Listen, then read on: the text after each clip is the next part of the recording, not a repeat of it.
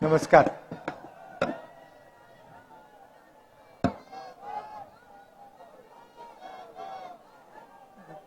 BK Hariprasad जी, राव नरेंद्र सिंह जी, भूपेंद्र हुड्डा जी, ब्रिजेंद्र सिंह जी, रणदीप सुरजेवाला जी, उदय भान जी, stage पे Congress party के वरिष्ठ नेता, भाइयों और बहनों, कांग्रेस के हमारे बब्बर शेरों, आप सबका यहां बहुत बहुत स्वागत, नमस्कार। कुछ साल पहले हमने कन्याकुमारी से कश्मीर यात्रा की थी। 4000 किलोमीटर कन्याकुमारी से कश्मीर तक हम चले। हमारे साथ लाखों लोग चले थे और एक नारा दिया था, नफरत के बाजार में मोहब्बत की दुकान खोलनी है। और ये नारा हमारा नारा नहीं था, ये नारा भीड़ से आया था। मगर देश को इस नारे की जरूरत थी और अभी भी इस देश को इस नारे की जरूरत है। तो मैं आपको बधाई देता हूं, कि आप आइए, आपको बधाई देता हूं कि आपने उसी प्रकार हरियाणा में ये यात्रा की, जनता के बीच में गए, हरियाणा की सड़कों पे चले और आपको इस यात्रा से बहुत फायदा होगा, क्योंकि आपको हरियाणा का जो पल्स है वो आपने लोगों से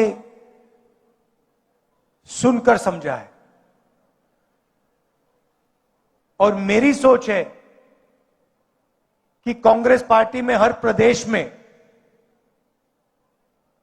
जो हमारे युवा नेता हैं, उन सबको इस प्रकार से जनता के बीच में यात्रा करनी चाहिए। सीखने को मिलता है, लोग जुड़ते हैं, राजनीतिक समझ बढ़ती है। और हर यात्रा का, चाहे कितनी भी छोटी हो कितनी भी बड़ी हो, यात्रा की हिंदुस्तान में यात्रा का ट्रेडिशन है। तो यात्रा का जनता को और जो यात्रा करते हैं उनको फायदा होता है।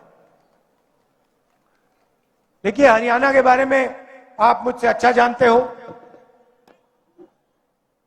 यहां का चुनाव बीजेपी ने चोरी किया। मध्य प्रदेश, हरियाणा, महाराष्ट्र, अब बंगाल, असम, इन्होंने सिस्टम बना लिया है चुनाव चोरी करने का। लाखों नाम काट देते हैं, लाखों नए नाम जोड़ देते हैं। इलेक्शन कमीशन इनके कंट्रोल में है, ब्यूरोक्रेसी इनके कंट्रोल में है और ये सोचते हैं कि इनका राज अब रुक नहीं सकता।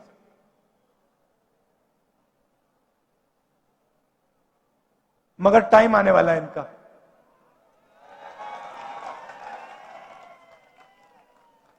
आप देख लेना, इनका टाइम आने वाला है। क्योंकि जनता को यह बात समझ आ गई है कि नरेंद्र मोदी जी, अमित शाह जी देश को बेचने का काम करते हैं। Airport, ports, infrastructure, power plant, अब निकोबार आइलैंड में पूरा का पूरा वहां पे बेच रहे हैं अदानी जी को।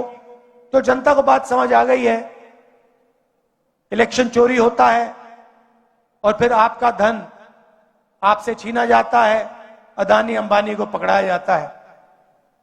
मैंने आपसे पूछा कि हरियाणा में सबसे बड़े मुद्दे कौन से हैं? आप हजारों किलोमीटर चले हो और आपने कहा कि हरियाणा में सबसे बड़ा मुद्दा बेरोजगारी का मुद्दा है। और ये सिर्फ हरियाणा की बात नहीं है, पूरे देश में बेरोजगारी फैल गई है। युवाओं को रोजगार नहीं मिल सकता है, डिग्री मिल जाती है, प्राइवेट यूनिवर्सिटी में, कॉलेज में डिग्री मिल जाती है, मगर फिर रोजगार नहीं मिल सकता। छोटी industry, small medium size industry सारी की सारी बंद हो गई। सीधा सा मॉडल है, अदानी अंबानी जी को देश का धन दिया जाता है और चाइना का माल हिंदुस्तान में बेचा जाता है। युवाओं को इंस्टाग्राम, सोशल मीडिया, इसका नशा दिया जाता है। और अगर आप सबूत चाहते हैं, अगर आप सबूत चाहते हैं कि नरेंद्र मोदी कंट्रोल में है, तो मैं आपको अभी सबूत दे देता हूं। कुछ दिन पहले यूएस इंडिया डील हुई, आपने देखा आपने? यूएस डील में हिंदुस्तान ने अमेरिका को क्या दिया और अमेरिका ने हिंदुस्तान को क्या दिया, मैं आपको बताना चाहता हूं। और इसलिए बताना चाहता हूं क्योंकि ऐसी डील कोई भी प्रधानमंत्री नहीं कर सकता, ना कांग्रेस पार्टी का, ना बीजेपी का, ना किसी और पार्टी का ऐसी डील कर सकता है। और अगर डील करी है तो अमेरिका के दबाव में आकर करी है। डील में क्या हुआ?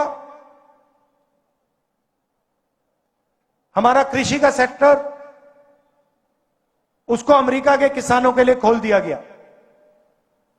दाल, कपास, अखरोट, बादाम, अमेरिका के किसान अपना माल अब हिंदुस्तान में बेचेंगे। उनके हजारों एकड़ के खेत होते हैं, मैकेनाइज्ड खेत होते हैं, हमारे छोटे खेत होते हैं। हिंदुस्तान के सारे किसान बर्बाद होने जा रहे हैं। पहला काम नरेंद्र मोदी ने यह किया। दूसरा काम, नरेंद्र मोदी ने डोनाल्ड ट्रंप से कहा कि 9.5 लाख करोड़ रुपए का माल हर साल हम अमेरिका से खरीदेंगे। मतलब हमारे सारे के सारे कारखाने, सारी फैक्ट्रियां, स्मॉल मीडियम इंडस्ट्री सारी की सारी बंद हो जाएगी, अमेरिका का माल हिंदुस्तान खरीदेगा। तीसरी बात, और शायद सबसे खतरनाक बात, नरेंद्र मोदी ने अमेरिका से कहा कि हम उन्हीं से तेल खरीदेंगे जिनकी परमिशन आप हमें दोगे। आपसे पूछे बिना हम किसी से तेल नहीं खरीदेंगे, चाहे सऊदी अरेबिया हो, वेनेजुएला हो, इराक हो, ईरान हो।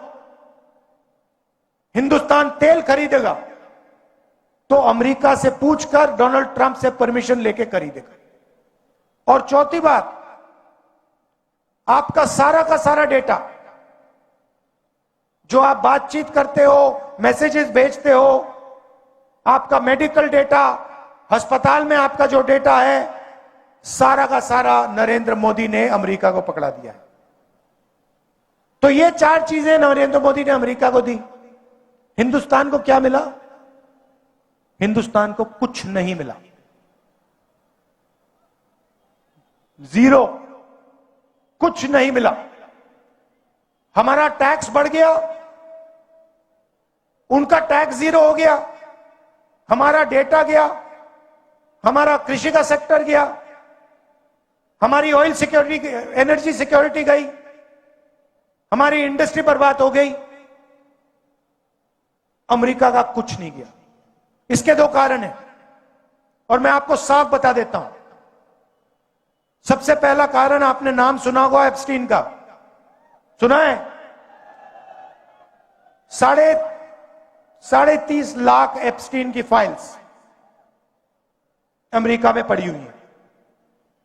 नरेंद्र मोदी की पूरी हिस्ट्री, उसका चरित्र उन फाइलों में है। और डोनाल्ड ट्रंप यह बात जानता है, समझता है। डोनाल्ड ट्रंप खुल के कहता है, मीडिया में खुल के कहता है, अपने ट्विटर पे खुल के कहता है कि नरेंद्र मोदी के करियर को मैं 1 मिनट में खत्म कर दूंगा। और दूसरा काम, अदानी कंपनी पर अमेरिका में केस लगा रखा है, क्रिमिनल केस। अदानी जी हिंदुस्तान के सबसे बड़े बिजनेसमैन हैं, अरबपति हैं, मगर हिंदुस्तान से बाहर नहीं निकल सकते, क्योंकि जैसे ही हिंदुस्तान से बाहर जाएगा, अमेरिका में इस पर केस है, क्रिमिनल केस है, इसको पकड़ के ये ले जाएंगे। और ये केस अदानी पे नहीं है, ये बात आप समझिए, ये केस नरेंद्र मोदी पर है, क्योंकि नरेंद्र मोदी और अदानी एक है। कंपनी का नाम अदानी है, कंपनी का नाम मोदानी होना चाहिए। और ये पूरा देश जानता है, पूरा देश जानता है कि बीजेपी का फाइनेंशियल सिस्टम, बीजेपी का फाइनेंशियल स्ट्रक्चर अदानी है। और ये डोनाल्ड ट्रंप को भी मालूम है, इसलिए उसने केस लगाया है और हिंदुस्तान के प्रधानमंत्री को कॉम्प्रोमाइज कर दिया है। नरेंद्र मोदी चू नहीं कर सकता है बिना डोनाल्ड ट्रंप के परमिशन लिए। डोनाल्ड ट्रंप अगर इससे कहेगा तू जंप मार, नरेंद्र मोदी जंप मारेगा। यह हिंदुस्तान की सच्चाई है। और आप लिख के ले लो, आप लिख के ले लो, ये जो नरेंद्र मोदी है, जो आज हिंदुस्तान के प्रधानमंत्री हैं, ये टिक नहीं पाएंगे, क्योंकि जनता में इतना गुस्सा है। आपको जितने इलेक्शन चोरी करने कर लो, मगर अंत में जो जनता की सच्चाई है, जनता में जो गुस्सा है, उसका सामना आपको करना पड़ेगा। और जनता डिसाइड करती है हिंदुस्तान में क्या होगा। आप देख लेना, आपने देखा, पता नहीं, मैंने भाषण किया, यूएस डील पर भाषण किया लोकसभा में, मैंने एप्स्टीन का नाम लिया और नरेंद्र मोदी ने अमित शाह को इशारा किया कि भैया इसको, स्पीकर से कहा कि भैया बंद करवा। 4 घंटे लोकसभा में मुझे बोलने नहीं दिया। मैं क्या बोलने जा रहा था? मैं एप्स्टीन की बात करने जा रहा था, मैं अदानी के बारे में बोलने जा रहा था, मगर नरेंद्र मोदी जी उठ के पार्लियामेंट हाउस से भाग गए। आंख में आंख नहीं मिला सकते, यह सच्चाई है। इनका सिस्टम क्या है? अदानी इनकी पूरी मार्केटिंग करता है, इनको ये पूरी देश का धन पकड़ाते हैं। इनके पास ईडी है, सीबीआई है, इनकम टैक्स डिपार्टमेंट है। और सीधी सी बात है, हम नरेंद्र मोदी से, ईडी से, सीबीआई से, इनकम टैक्स डिपार्टमेंट से डरते नहीं। कर लो जो करना है, कोई फर्क नहीं पड़ता। हम कांग्रेस पार्टी, आप लिख के ले लो, कांग्रेस पार्टी नरेंद्र मोदी को हराएगी और फिर देखना हम क्या कार्रवाई करते हैं नरेंद्र मोदी के साथ। क्योंकि इन्होंने देश पर आक्रमण किया है, लोकतांत्रिक सिस्टम पर आक्रमण कर कर इन्होंने अंबेडकर जी के संविधान पर आक्रमण किया है।